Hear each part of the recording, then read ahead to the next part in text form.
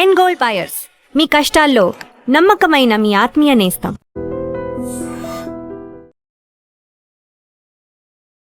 నమస్తే, welcome to I dream. ప్రస్తుతం నాతో పాటు లైవ్ కాల్ లో జాయిన్ అయ్యారు భారతీయ జనతా పార్టీ అధికార ప్రతినిధి కృష్ణకాంత్ గారు. కృష్ణకాంత్ గారు నమస్తే అండి. సార్ నమస్తే అండి. కృష్ణకాంత్ గారు, తమిళనాడులో అసలు ఏం జరుగుతోంది? అన్నామలై మీ పార్టీకి సంబంధించి మాజీ అధ్యక్షుడైన ఆయన రాజీనామా చేశారు. ఈ రోజు మీ పార్టీ జాతీయ అధ్యక్షుడు నితిన్ నవీన్ కూడా ఆ రాజీనామాకి ఆమోదం తెలిపినట్టుగా తెలుస్తుంది. ఆ తర్వాత అన్నామలై కూడా మాట్లాడారు. ఆయన చాలా విషయాలు ఆయన చెప్పాల్సి ముందు చెప్పారు. అంటే గౌరవంతోనే పార్టీ నుంచి బయటకు వచ్చినట్టుగా కనిపిస్తోంది. ఎందుకంటే అమిత్ షాని కలిశారు. ఆయన రాజీనామా చేసిన తర్వాత, ఆ పత్రం అందించిన తర్వాత గౌరవప్రదంగానే వచ్చారు. అయితే ఆయనకి ఇవ్వాల్సినంత స్వేచ్ఛ ఇవ్వలేదు. ఆయన అభిప్రాయాలకు విరుద్ధంగా భారతీయ జనతా పార్టీ అక్కడ ప్రవర్తించింది అన్నది ఆయన మాటల్లో కనిపిస్తుంది. సార్ ఏమంటారు? సార్ వలి గారు, ముందుగా మీకు అండ్ ఐ డ్రీమ్ ప్రేక్షకులకి నమస్కారం సార్.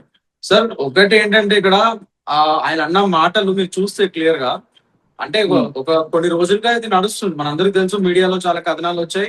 ఎస్, ఆఫ్ కోర్స్ ఆయన వెళ్ళారు, ఆయన యొక్క అభిప్రాయాన్ని చెప్పడం జరిగింది మా నేషనల్ లీడర్షిప్ కి, అంటే మా యొక్క సెంట్రల్ లీడర్షిప్ కి, వాళ్ళ యొక్క అధిష్టానానికి చెప్పడం జరిగింది. ఆయన ఒపీనియన్ చెప్తే మా యొక్క అధిష్టానం కూడా ఆయనని ఒక రాజీనామాని ఏదైతే ఆయన ప్రతిపాదించారో మేము వారించడానికి ట్రై చేసాము. అమిత్ షా గారు కానీ, నితిన్ నవీన్ గారే కానీ, పిఎల్ సంతోష్ గారే కానీ, వాళ్ళందరూ కూడా ఆయనతో మాట్లాడి కూర్చొని ఓపెన్ టు డైలాగ్.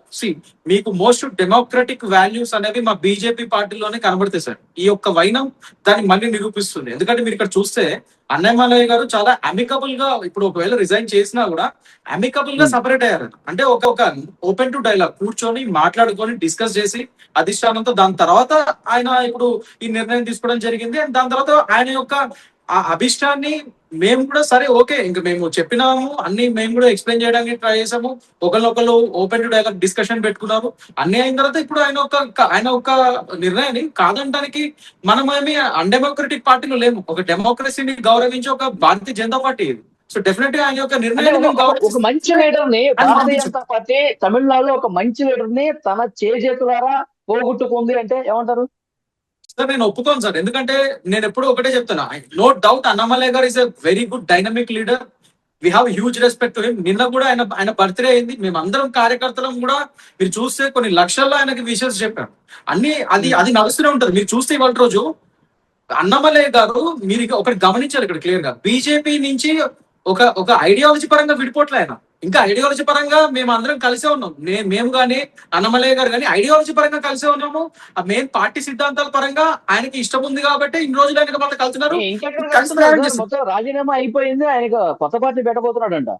అదే సార్ నేను చెప్తున్నా, ఐడియాలజీ పరంగా మేము సపరేట్ కాలేదు. మీకు ఇంకా అర్థం కావట్లేదు. ఆయన యొక్క అభిష్టం అది ఆయన యొక్క ఇష్టం ఏంటంటే, నాకు ఒక రూట్ ఉంది, నేను ఒకటి అనుకున్నాను, అన్ని పార్టీ పరంగా ఒక బీజేపీ సిద్ధాంతం పరంగానే వెళ్ళాలంటే ఆయనకి కూడా కొన్ని ఉంటాయి కదా లిమిటేషన్స్. సో అది ఆయన ఆలోచించుకొని ఒక సపరేట్ గా ఒక ఎంటిటీ పెట్టుకొని ఇప్పుడు పెట్టబోయే కొత్త పార్టీ వెనక కూడా భారతీయ జనతా పార్టీ ఉందని చెప్తున్నారా? లేదు సార్, మీరు మిస్అండర్స్టాండ్ చేసుకుంటారు. ఒకసారి నేను చెప్పేది క్లియర్ గా వినండి. మేము అంటుంది, ఆయన పెట్టే కొత్త పార్టీ అంకల్ మేము లేం సార్. కాకపోతే ఆయన ఐడియాలజీ పరంగా ఇంకా దూరం కాలేదు. సో ఆయన పెట్టే కొత్త పార్టీలో కూడా ఇదే ఐడియాలజీ కంటిన్యూ చేస్తాడని నమ్మకం మాకు ఉంది అంటున్నా. ఆయన మెయిన్ ఐడియాలజీ ఏంటి? మాది కానీ భారతీయ జనతా పార్టీది కానీ నేషనలిస్ట్ హిందుత్వ. నేషనలిస్ట్ హిందుత్వ అంటే ఒక హిందుత్వ జాతీయవాదం. అదే కదా మెయిన్ ఐడియాలజీ. సో ముఖ్యంగా భారతీయ జనతా పార్టీలో మీరు ఇందాక అడిగిన క్వశ్చన్ ఒక దానికి ఆన్సర్ చెప్తాను సార్. అదేంటంటే, మంచి లీడర్ ని మీరు పోగొట్టుకున్నారా అని అడుగుతున్నారు సార్. ఆయన వెళ్ళిపోయే బాధ అందరికీ, కార్యకర్తలకు అందరికి ఉంటది, మేము కాదను. Is a very good dynamic leader. కానీ మీరు ఒకటి గమనించాలి, బీజేపీలో ఎప్పుడు party nation first, party next and last self last. So ఇది లీడర్స్ ని ఆధారితంగా ఏర్పడిన పార్టీ కాదు సార్ మాది బీజేపీ. ఒక ఐడియాలజీ, ఒక సిద్ధాంతాల మీద ఏర్పడిన party Bharatiya Janata party. So leaders వస్తుంటారు, వెళ్తుంటారు, దట్ ఈస్ ఓకే. కానీ పార్టీ అలానే ఉంటది, నిర్దిష్టంగా ఉంటది, ఆ ఐడియాలజీని ముందుకెళ్తాయి. సో కార్యకర్తలు అందరం, లీడర్స్ అందరం కూడా ఇక్కడ కార్యకర్తల్లో పిలువబడతాం మేము. మీరు చూస్తే ఏ పార్టీలో అది ఉంటుంది. మేము నాయకులు అని చెప్పుకోం, మేము కార్యకర్తలు చెప్పుకుంటాం. అది ఓన్లీ భారతీయ జనతా పార్టీలో సాధ్యం. ఎందుకంటే కార్యకర్తలు క్యాడర్ బేస్డ్ పార్టీ, ఇది నాట్ లీడర్ బేస్డ్ పార్టీ. నేను ఎప్పుడు చెప్తా ఉంటాను. సో క్యాడర్ ఎప్పుడు అలానే పతిష్టంగా ఉంది కాబట్టి మా బీజేపీకి వచ్చిన నష్టమేం లేదు. మేము అట్లానే ముందుకెళ్తాం. అండ్ తమిళనాడులో Bharatiya Janata party mind set తోనే ఉన్నాడు, ఆ ఐడియాలజీతోనే ఉన్నాడు, ఆ సిద్ధాంతాలనే కొత్త పార్టీలో కూడా ఇంప్లిమెంట్ చేసేటువంటి ఆలోచన ఆయనకు ఉందని చెప్పి అర్థమవుతుంది అన్నారు. నిజంగా ఆ ఆలోచన ఉండి ఉంటే భారతీయ జనతా పార్టీ ఆ సిద్ధాంతాలని తీసుకునే పరిస్థితి ఎట్లా కనిపిస్తుంది మీకు? ఎందుకంటే భారతీయ జనతా పార్టీ అసలు ఏమాత్రం పర్ఫార్మెన్స్ చేయలేనటువంటి పరిస్థితి ఉంది. గతంలో 4 స్థానాలు అంటే ఇప్పుడు ఒక్క స్థానానికి పడిపోయినటువంటి పరిస్థితి ఉంది. భారతీయ జనతా పార్టీని తమిళ ప్రజలు పూర్తిగా విస్మరించారు. ఎన్నికల ఫలితాల్లో కనిపించినాయి. ఎలా అర్థం చేసుకుంటారు దీన్ని? సార్ నేను మీరు అన్న మాటలు ఏది ఒప్పుకోను సార్. ఎందుకంటే ఫస్ట్ అండ్ ఫార్మోస్ట్ తమిళనాడులో భారతీయ జనతా పార్టీ చాలా బలపడింది. ఇదివరకు కంపేర్ చేస్తే బాగా బలపడింది. అండ్ అందులో అన్నమలయ్య గారి పాత్ర చాలా ముఖ్య పాత్ర ఉందన్న విషయంలో ఎటువంటి సంకోచం లేదు. 100% అన్నమలయ్య గారి నేతృత్వంలో భారతీయ జనతా పార్టీ తమిళనాడులో చాలా బలపడింది. కానీ ఇప్పుడు అన్నమలయ్య గారు సపరేట్ ఎంటిటీ పెట్టుకోవడం వల్ల కొత్తగా భారతీయ జనతా పార్టీకి కొద్దిగా క్యాడర్ పరంగా తమిళనాడులో కొద్దిగా మొరేల్ కొద్దిగా దెబ్బతిని కొద్దిగా లో అయ్యే ఛాన్సెస్ ఉన్నాయి. నేను కాదన్నాను, మనం ప్రాక్టికల్ గా మాట్లాడుకుందాం ఇవాళ రోజు. సో డెఫినెట్ గా కొద్దిగా మొరేల్ దెబ్బతినే ఛాన్సెస్ ఉన్నాయి కార్యకర్తలవి, తమిళనాడు కార్యకర్తలవి. కానీ saying that at the same time ఆయన వెళ్ళినా కూడా సిద్ధాంత పరంగా దూరం కాలేదు. ప్లస్ ఆ కొత్త పార్టీ పెట్టినా కూడా ఆయన యొక్క భావజాలం ఏదైతే భారతీయ జనతా పార్టీ ఇన్ని రోజులు కలిసి ఉన్న భావజాలం ఉందో, ఆ నేషనలిస్టిక్ హిందూయిజం, హిందుత్వ నేషనలిజం అంటే హిందుత్వ జాతీయవాదం, అది మాత్రం ఖచ్చితంగా కొత్త పార్టీలో కూడా ఆయన కంటిన్యూ చేస్తాడని నమ్మకం ఉంది. సో ఆ విధంగా ఫ్యూచర్ లో చెప్పలేం సార్, ఏదైనా కావచ్చు. ఎందుకంటే ఐడియాలజీ పరంగా ఉన్నప్పుడు ఇక్కడ మీకు ఒక జర్నీ, ప్రతి వ్యక్తిది ఒక జర్నీ వేరే ఉంటుంది సార్. ఒక పొలిటికల్ జర్నీ అనేది ప్రతి వ్యక్తికి ప్రతి లీడర్ కి సపరేట్ ఉంటుంది. నేను అదే చెప్తున్నా, భారతీయ జనతా పార్టీ అనేది ఒక సపరేట్ క్యాడర్ బేస్డ్ పార్టీ మాది, ఐడియాలజీ పరంగా స్ట్రాంగ్ ఉన్న పార్టీ మాది. జర్నీ ఉంటుంది. ఈ కొత్త పార్టీలో కూడా రన్ చేసే అవకాశం ఉందని అనుకుందాం. ఓకే, అది ఫైన్. అయితే ఇప్పుడు ఉన్నప్పుడు పార్టీలో ఆయనకి ఎందుకని సార్ సముచిత గౌరవం ఇవ్వలేదు? ఆయన పార్టీ అధ్యక్షుని చేశారు, అంతా ఆయన బాగుంది, ఆయన గొప్పగా ఫైట్ చేస్తా ఉన్నాడు. ఆయన అభిప్రాయాలను కనీసం గౌరవించకుండా ఎందుకు భారతీయ జనతా పార్టీ ఆయన పక్కన పెట్టాల్సినటువంటి పరిస్థితి వచ్చింది? సార్ ఆయన పక్కన పెట్టలేదు, ఆయనకి ఎప్పుడు సముచిత స్థానమే ఇచ్చాము. అండ్ ఆయనకి ఏమేమి కావాలో అన్ని వసతులు, అన్ని అంటే పొలిటికల్ గా పొలిటికల్ టూల్స్ అన్నడీఎంకే మీద ఫైట్ చేశాడు. జయలలిత గారి దగ్గర నుంచి ఇప్పుడు పళనిస్వామి వరకు అందరి మీద ఫైట్ చేస్తున్నాడు. అప్పటి నుంచి ఇప్పటి వరకు ఎవరెవరు ఎంత అవినీతి చేశారు అవన్నీ కూడా ఆధారంతో చాలా సందర్భాల్లో ఆయన గట్టిగా మాట్లాడిన పరిస్థితి. అయితే ఈ అన్నాడీఎంకేతో పొత్తు విషయంలో తీవ్రంగా విభేదించాడు అన్నామలై. అయినప్పటికీ అన్నామలైని పార్టీ అధ్యక్షుడి నుంచి తీసేసి పక్కన పెట్టేసి భారతీయ జనతా పార్టీ అన్నాడీఎంకేతో పొత్తు పెట్టుకుని, ఇది అసలు ఆయనకు నచ్చలేదంట, తీవ్ర అసంతృప్తితో ఉన్నాడని చెప్పి తెలుస్తోంది.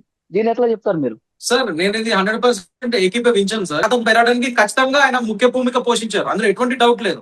కానీ వాళ్ళ రోజు మీరు అన్నట్టుగానే కొన్ని డిఫరెన్సెస్ వచ్చాయి, కరెక్టే. ఆయనకు ఒక ఐడియాలజీ, ఒక ఐడియా ఉంది ఎలక్షన్స్ వెళ్లే ముందు. భారతీయ జనతా పార్టీ ఏంటంటే మా అధిష్టానము ఓవరాల్ పార్టీ సమిష్ట ఒక బెనిఫిట్ మీద, అంటే ఓవరాల్ బెనిఫిట్ పార్టీకి ఏది మంచి జరుగుతుంది అన్న ఐడియాలజీస్ పరంగా కానీ ఏదైనా కానీ ఏది మంచి జరుగుతుందని నిర్ణయాలు తీసుకోవాల్సిన బాధ్యత కూడా సెంట్రల్ లీడర్షిప్ ఉంది. సో వాళ్ళు ఒక వ్యక్తి చెప్పారు కదా అని చెప్పి నిర్ణయాలు మార్చుకోవడానికి కూడా లేదు. ఎందుకంటే నేను చెప్పినట్టు మాది ఒక డెమోక్రటిక్ పార్టీ. కేవలం అధిష్టానం అంటే మీరు అనుకున్నట్టు మళ్ళీ కాంగ్రెస్ పార్టీ లాగా ఇతరత్ర పార్టీ లాగా పైనుంచి వాళ్ళు ఏం చెప్తే అది నడవడం కాదు.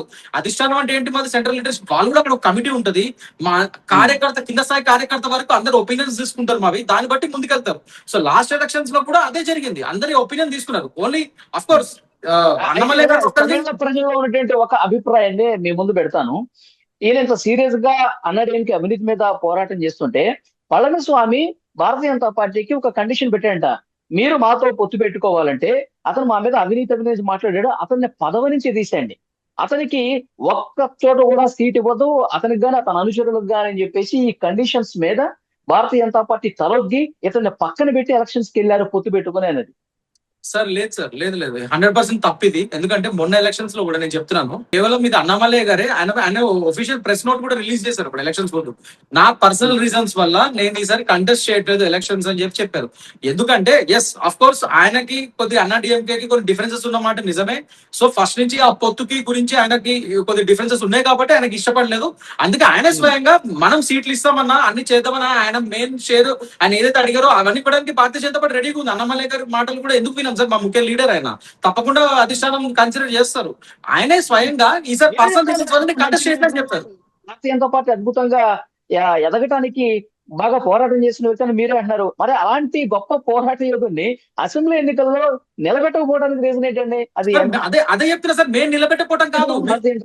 మీరు ఆయన ప్రెస్ స్టేట్మెంట్ చూడండి మొన్న ఎలక్షన్స్ ముందు, ఆయనే పర్సనల్ రీజన్స్ వల్ల నేను నుంచోట్లే అని చెప్పారు. ఆయన మేము నిలబెట్టకపోవడం కాదు, ఆయనే తీసుకోలే సార్, అన్నమలయ్య గారే తీసుకోలేదు ఈసారి. ఆయన యాక్టివ్ ఎలక్టరల్ పాలిటిక్స్ అవినీతి మీద ఆ పార్టీ అవినీతి మీద పోరాటం చేసినప్పుడు ఎట్లా తీసుకుంటాడు పొత్తులో భాగంగా ఎట్లా సార్ పోటీ అలా కాదు సార్. వస్తుంది? అదే సార్ నేను అదే చెప్తున్నా. ఇప్పుడు ఒక అలయన్స్ అనేది ఒక వ్యక్తి పరంగా ఒక వ్యక్తి నిర్ణయం మీద ఆధారపడదు. మాది ఏంటంటే ఓవరాల్ సమిష్టి కృషి ఉంటది. సమిష్టి పరంగా మొత్తం పార్టీ సమిష్టంగా ఆలోచించి ఒక నిర్ణయం తీసుకుంటాం. అలయన్సెస్ అనేవి, పొలిటికల్ అలయన్సెస్ అనేవి ఎలక్షన్స్ ముందు. సో అధిష్టానం ఒక నిర్ణయం తీసుకున్నప్పుడు దానికి కట్టుబడి ఉండాలి. సో అదే విధంగా ముందుకెళ్లాల్సి వచ్చింది. ఆఫ్ కోర్స్ అన్నమలై గారికి అది నచ్చలేకో ఏదో ఇప్పుడు ఆయన ఒక వేరే నిర్ణయం తీసుకున్నారు. మేము అది కూడా గౌరవిస్తున్నాం. అదే చెప్తున్నా సార్. ఒకటి, హీఈస్ ఎ డైనమిక్ లీడర్. ఒక నేషనలిస్టిక్ ఐడియాలజీ ఉన్న ఒక పెద్ద లీడర్ అయినా, ఒక నేషనలిస్టిక్ హిందుత్వాన్ని గట్టిగా నమ్మే ఒక మా సిద్ధాంతానికి చాలా దగ్గరగా ఉన్న ఒక పెద్ద లీడర్ అయినా, మా భారతీయ జనతా పార్టీ లీడర్ అయినా మేము కాదనం. ఇవాళ రోజు ఆయన ఒక ఓన్ పాత్ లో వెళ్దాము అని అనుకుంటారు. మన రాజ్యాంగం ప్రతి మనిషికి సొంతంగా పార్టీ పెట్టుకునే హక్కు ఇచ్చింది. సొంతంగా మన దేశం మొత్తంలో ఎక్కడైనా సరే నుంచునే హక్కు కూడా ఇచ్చింది మన రాజ్యాంగం. సో అది ఆయన ఇష్టం కాబట్టి దాన్ని గౌరవించి మీరు ఇవాళ చూస్తే సార్, ఇక్కడ మా దగ్గర వెనుపోటులు లేవు. మేము వెనకాల నుంచి రాజకీయాలు నడపడం ఏం లేదు. మీరు చూస్తే ఎంత అమికబుల్ సపరేషన్ అంటాం. అంటే ఎంత కూర్చొని చక్కగా మాట్లాడుకొని, ఒకరు విడిపోవాలన్న నిర్ణయం తీసుకున్నా కూడా కూర్చొని మాట్లాడుకొని పర్మిషన్ తీసుకొని విడిపోయారు. So this is only possible in Bharatiya Janata party. మీరు వేరే పార్టీలో ఇలా చూస్తారా? రెసిగ్నేషన్ కూడా ఇంత హుందాగా చేయడము మీరు చూసారు ఎక్కడైనా? అది ఉండదు ఎక్కడ. ఎందుకంటే ఓపెన్ టు డైలాగ్, అంటే డెమోక్రటిక్ వాల్యూస్ ని మేము గౌరవించే పార్టీ కాబట్టి భారతీయ జనతా పార్టీ మేము కూర్చోబెట్టి అసలు మేము ఆయనని వెళ్లకుండా ఉండడానికే మేము మాక్సిమం ట్రై చేస్తాం. కానీ ఒక మనిషి ఒక నిర్ణయం తీసుకున్నప్పుడు మనం ఎవరు ఆపడానికి? ఆయన ఇండివిజువల్ జర్నీ ఆయన డిసైడ్ అయినప్పుడు మనం అదే కదా చెప్పేది.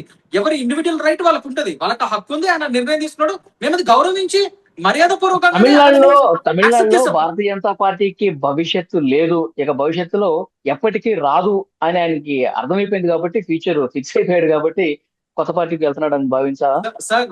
భారతీయ జనతా పార్టీ అనేది మేము అందరూ అనుకుంటారు 1980 అంటే 1980 నుంచి వాజ్పేయి గారు వాళ్ళు ఫస్ట్ టైం పెట్టారు భారతీయ జనతా పార్టీని మామూలుగా అనుకుంటారు. కానీ యాక్చువల్ ఏంటి, భారతీయ జనతా పార్టీ చరిత్ర ఏంటి? 70 ఏళ్ల చరిత్ర. ఒక జనతా పార్టీ నుంచి జనసంఘ నుంచి జనతా పార్టీ నుంచి భారతీయ జనతా పార్టీ 70 ఏళ్ల చరిత్ర. ఇన్ని ఒడిదుడుకులు తట్టుకొని నుంచొని ఇవాళ రోజు 21 రాష్ట్రాల్లో, అసలు వెస్ట్ బెంగాల్ కను సన్నంలో కూడా భారతీయ జనతా పార్టీ అనేది కనబడదు అన్న చోట కూడా మేము ఇవాళ రోజు వెస్ట్ బెంగాల్ లో గవర్నమెంట్ ఫామ్ చేసి ఇవాళ రోజు 15 ఏళ్ళు ఏకఛత్రాధిపత్యంతో నడిపించిన టీఎంసీ గవర్నమెంట్ ని ఇవాళ రోజు టీఎంసీ పార్టీ ఉంటుందో లేదా అనే స్థానానికి తీసుకొచ్చాం మేము. So never under estimate Bharatiya Janata party.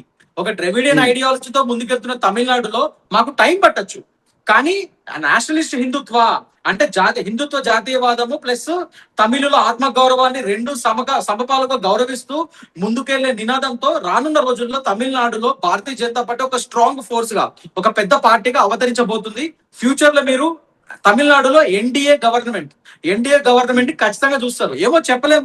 ఇదే అన్నమలయ్య గారు ఒకరు సొంత పార్టీ పెడితే ఐడియాలజీ పరంగా దగ్గరగా ఉంటాం కాబట్టి మేము మాతోనే ఎన్డీఏ అలయన్స్ ఆయన కూడా భాగస్వామి అవ్వచ్చు కదా. చెప్పలేం సార్. రాజకీయాల్లో ఛాన్సెస్ కూడా ఉన్నాయి, ఎవరు కాదనలేరు. అందుకే కదా ఐడియాలజీ పరంగా ఆయన బాగా నుంచి సపరేట్ కాలేదు. ఒఫీషియల్ గా పార్టీ మెంబర్షిప్ నుంచి రిజైన్ చేసి ఐడియాలజీ పరంగా సపరేట్ కాలేదు. భారతీయ జనతా పార్టీకి కొంత దగ్గర అని చెప్పి తెలుసు.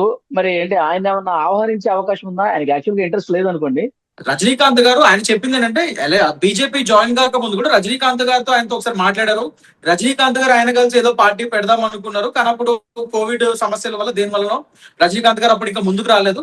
సో ఆయన ఐడియాలజీకి చాలా దగ్గరగా ఒక నేషనలిస్టిక్ హిందుత్వ ఈ ఐడియాలజీకి దగ్గరగా ఉన్న పార్టీ భారతీయ జనతా పార్టీ. నా ఐడియాలజీ కూడా అదే కాబట్టి నేను బీజేపీలో జాయిన్ అవ్వడం జరిగింది. అండ్ ఇన్ని రోజులు నిజంగా ఒక విధంగా ఇంటర్న్షిప్ చేసినట్టుంది. అంటే మేము మెంటర్డ్. మీరు చూస్తే ఆయన మాటల్లో బీజేపీ అనేది ఆయన మెంటరింగ్ చేసింది, ఆయనకు మంచి శిక్షణ ఇచ్చింది. అంటే is a very dynamic leader కాదనం. బట్ మా యొక్క పార్టీలో ఉండి ఆయన కూడా ఇంకా మెరుగుపడ్డారనే చెప్తున్నాడు ఆయన అంత క్లియర్ గా. కానీ ఇవాళ రోజు ఆయన ఒక ఇండివిజువల్ ఆలోచన ఒక పాత ఉంది ఆయనకి. సో దాని వల్ల మా పర్మిషన్ అడిగి మా అధిష్టానంతో మాట్లాడుకొని అమికబుల్ గానే, అంటే చాలా హుందాగా రిజిగ్నేషన్ చేసి దాని వల్ల వచ్చే అన్ని ఆలోచన చేసుకొని అధిష్టానం ఆయన మాట్లాడుకొని దాన్ని బట్టి ఆయన విడిపోయారు. ఇవాళ రోజు పార్టీ నుంచి వెళ్ళిపోయారని అనౌన్స్ చేశారు. కానీ ఇప్పటికే ఆయన ఏమంటున్నాడు, భారతీయ జనతా పార్టీ అంటే నాకు చాలా రెస్పెక్ట్ ఉంది, వాళ్ళ దగ్గరే నేను చాలా నేర్చుకున్నాను, ఒక మెంటరింగ్ అయింది. And Bharatiya Janata party ideology పరంగా నేను ఎప్పుడు దగ్గరగానే ఉంటాను, ఎందుకంటే నా దగ్గరగా ఉంది కాబట్టి నేను ఆ పార్టీలో జాయిన్ అయిన ఇన్ని రోజులు కలిసి నడిపించాను. కానీ కొన్ని విషయాలు నాకు నేను అనుకునేవి అక్కడ జరగలేదు కాబట్టి నా ఓన్ పాత్ ఒకటి నేను క్రియేట్ చేసుకుంటున్నాను. ప్లస్ ఇంకోటి ఆయన ఇంకోటి ఏం చెప్పారు, ఆయన సొంతంగా ఒక ప్లాట్ఫామ్ పెట్టి అందులో తమిళనాడులో మామూలు వ్యక్తుల్ని, సాధారణ కామన్ మెన్ ని కూడా పొలిటీషియన్స్ చేసే విధంగా కూడా నేను తోడ్పడతాను. We the Okay. లీడర్స్ అని ఆల్రెడీ ఒక ఆర్గనైజేషన్ ఉంది ఆయనకి. సో దాన్ని ఇంకా వేగవంతం చేస్తానని చెప్పారు. ఆయనకి ఇండివిజువల్ ఆలోచన ఉంది కాబట్టి అది మేము కూడా రెస్పెక్ట్ ఇచ్చి మేము ఇది హుందాగానే అతన్ని పంపించడం జరిగింది. ఆయన ఇచ్చిన రెసిగ్నేషన్ ని మేము యాక్సెప్ట్ చేయడం జరిగింది. ఇది ఏ పార్టీలో సాధ్యం కాదు సార్, కేవలం భారతీయ జనతా పార్టీలోనే మీరు చూస్తారు ఇంత హుందాతనం ఇవన్నీ. That's what it is. ఈ డెమోక్రటిక్ వాల్యూస్ ని అపోల్డ్ చేసే పార్టీ ఏదైనా ఉందంటే అది భారతీయ జనతా పార్టీ. అది మళ్ళీ అన్నమలై గారి విషయంలో ప్రూవ్ అయింది అంతే. మేము అదే చెప్తాం, ఆయన మీద ఇప్పటికీ మాకు ఎన్నలేని రెస్పెక్ట్ ఉంది. ఈజ్ అ డైనమిక్ లీడర్, ఒక నేషనల్ లీడర్ అయ్యే ఒక ఇది కూడా ఉంది, ఆయనకి ఛాన్సెస్ ఉన్నాయి. డెఫినెట్ గా అవుతారని మేము ఆశిస్తున్నాం. We only wish very much all the best to him. ఆయనకి తప్పకుండా ఒక హార్దిక శుభాకాంక్షలు చెప్తున్నాం ఆయన యొక్క జర్నీకి, వెళ్ళబోయే ఆయన యొక్క జర్నీకి. అది మాత్రం నేను ఖచ్చితంగా చెప్పగలుగుతాను.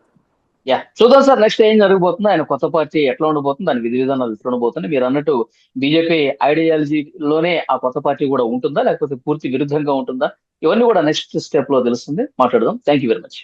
Thank you.